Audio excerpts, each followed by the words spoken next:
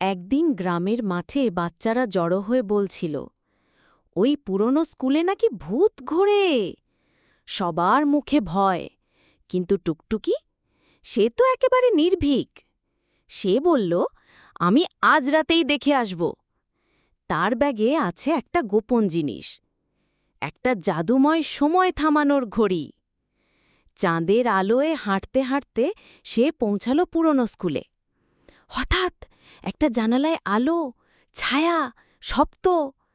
টুকটুকি থামিয়ে দিল সময়। চারপাশ স্তব্ধ। ভেতরে ঢুকে সে যা দেখল, একজন বৃদ্ধ শিক্ষক রাতেও পড়াচ্ছেন। তার পাশে বসে আছে ক্লান্ত একটা ছেলে। শিক্ষক বললেন, ছেলেটি দিনে কাজ করে, তাই আমি রাতে পড়াই। টুকটুকির চোখে জল টলমল করে উঠল। সকালবেলা টুকটুকি সবাইকে সব বলল। গ্রামবাসীরা বুঝল, এটা ভূতের নয়, ভালোবাসার গল্প।